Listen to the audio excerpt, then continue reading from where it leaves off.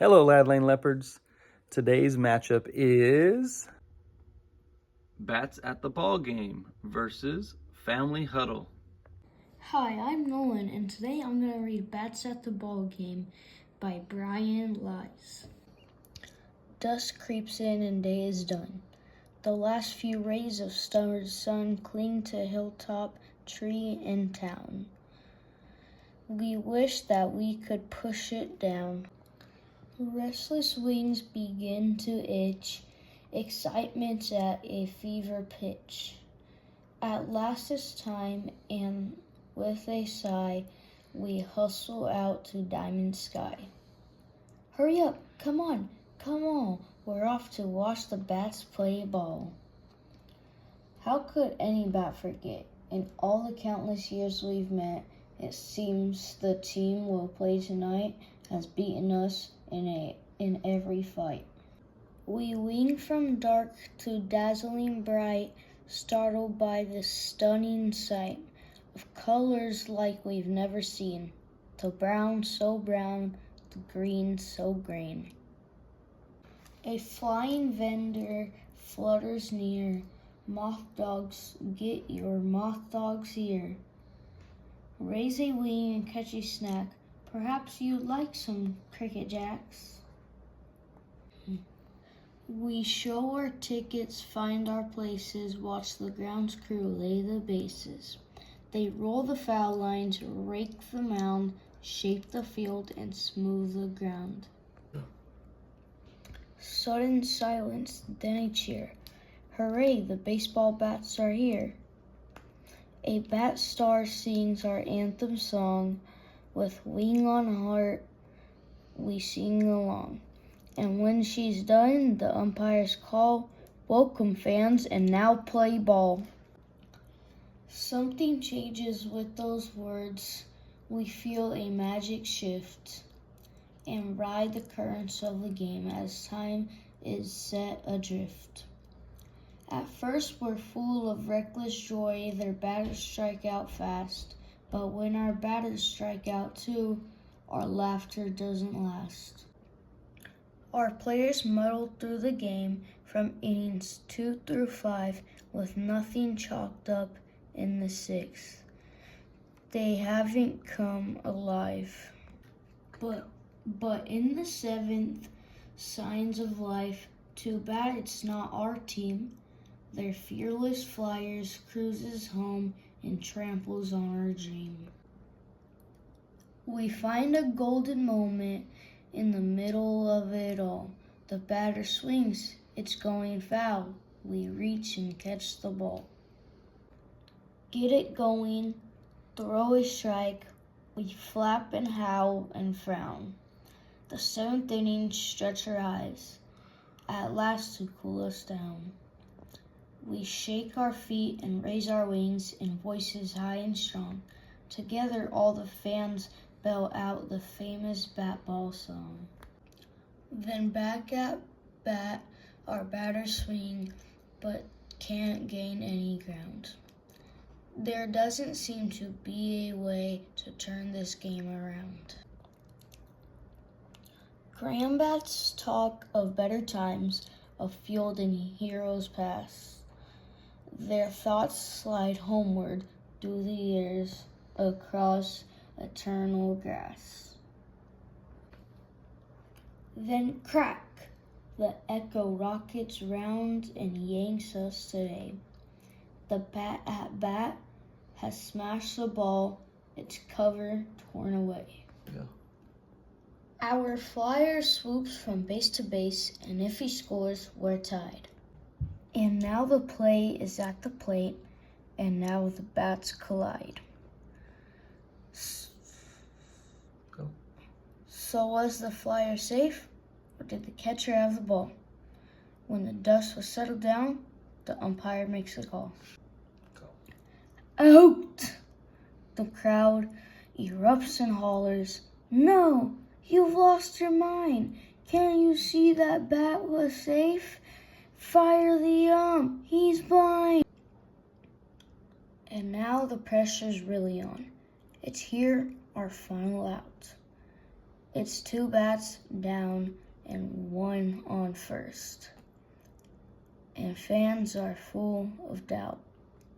He swings, connects, and bloops to left. And there the Flyers go. The fielder dives to stop the ball and gets back up to throw. The play's to second. There it goes. It hits that pesky pole. It ricochets to center field and bouncing finds a hole. Our Flyers streak around the field. The crowd lets out a roar. The throw to home is not in time, and both our Flyers score. That's it. We won. Can you believe? Now nothing can erase the thrill that thunders in our hearts, the grin on every face. But in the east, the sky's aflame.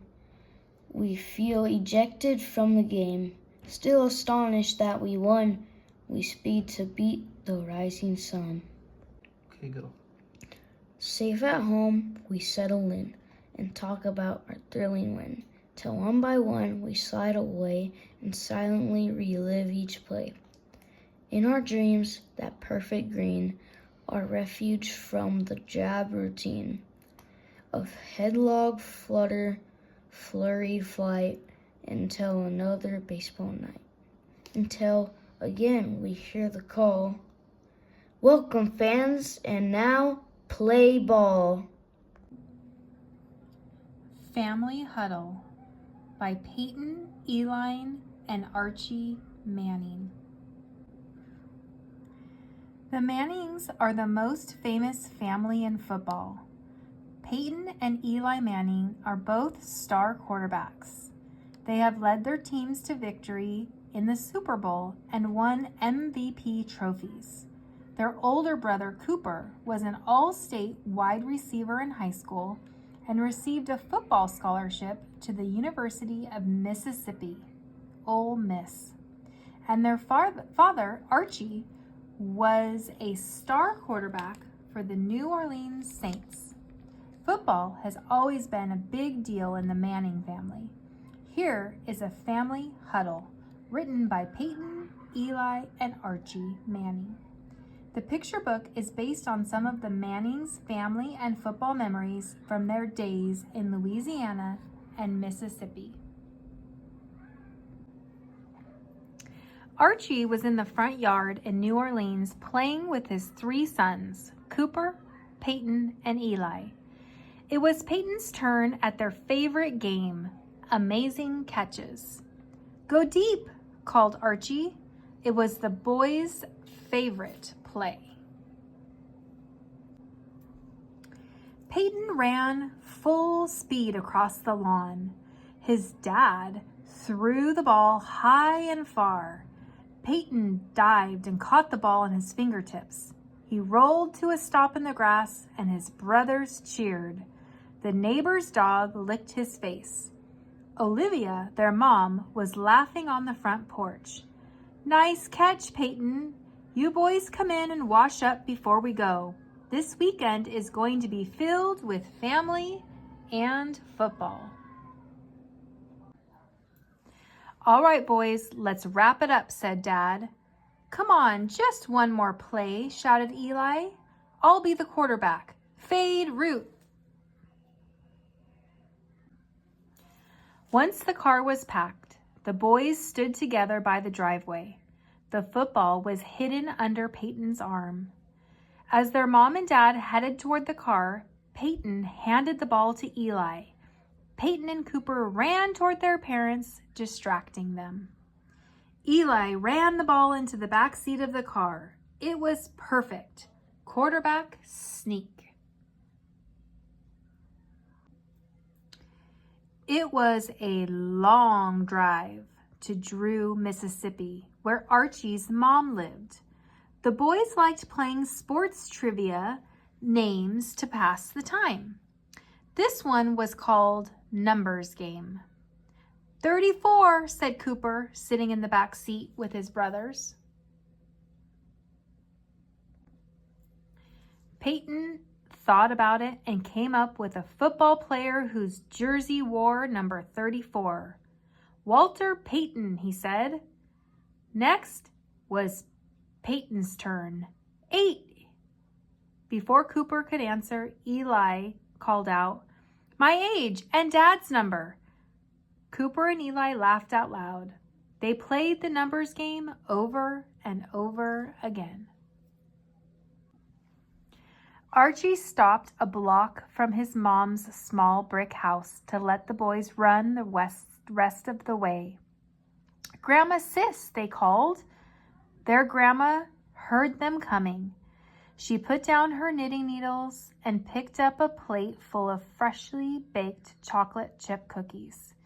She stepped outside and could see them zigzagging as they threw the football to each other. "Hi, boys," said Grandma Sis. "There's plenty of cookies for everyone." After lunch, everyone went outside for a group photograph.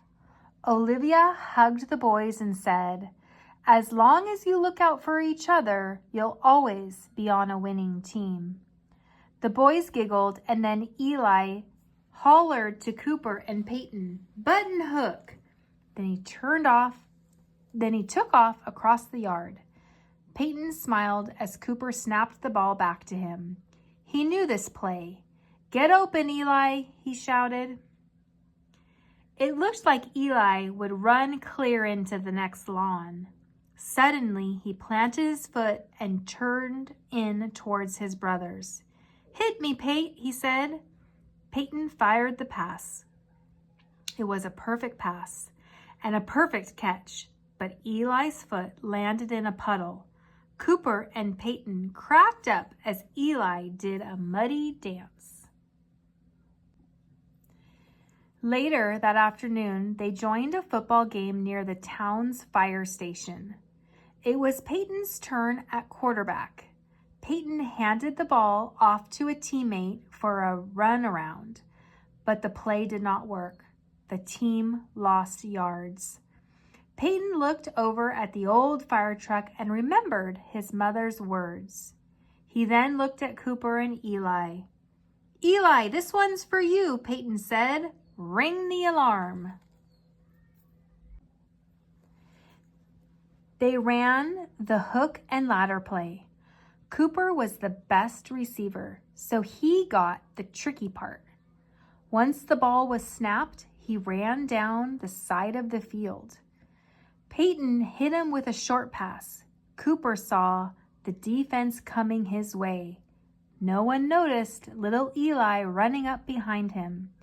Just as Cooper was being tackled, he flipped the ball back to Eli. "Go, Eli," he shouted.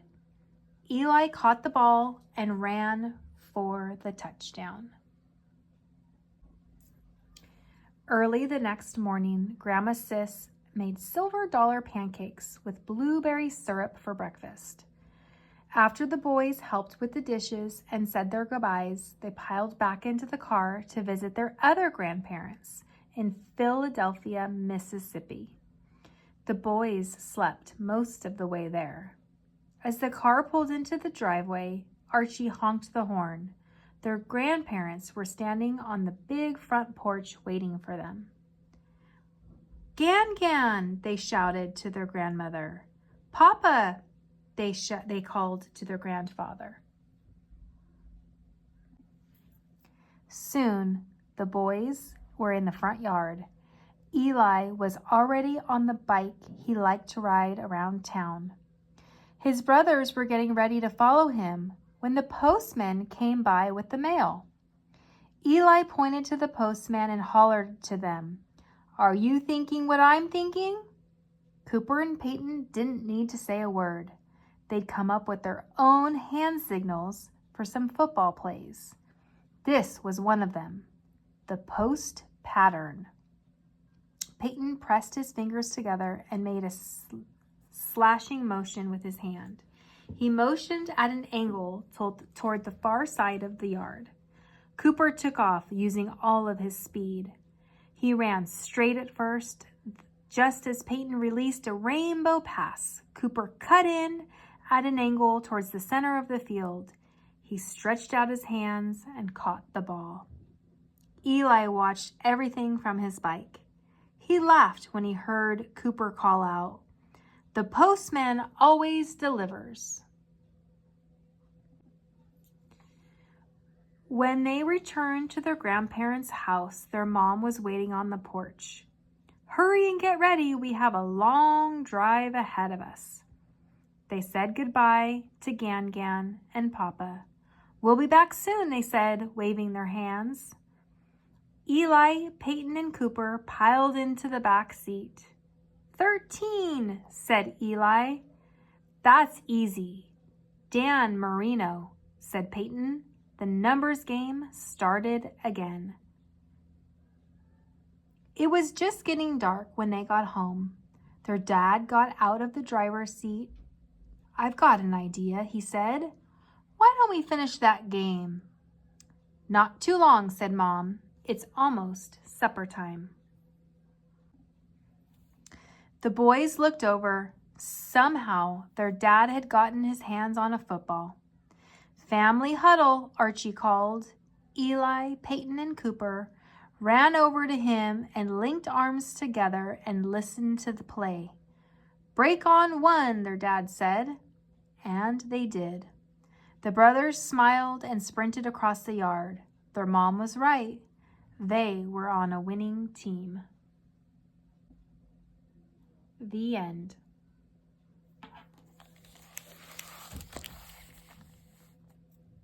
I hope you enjoyed both books. Don't forget to vote.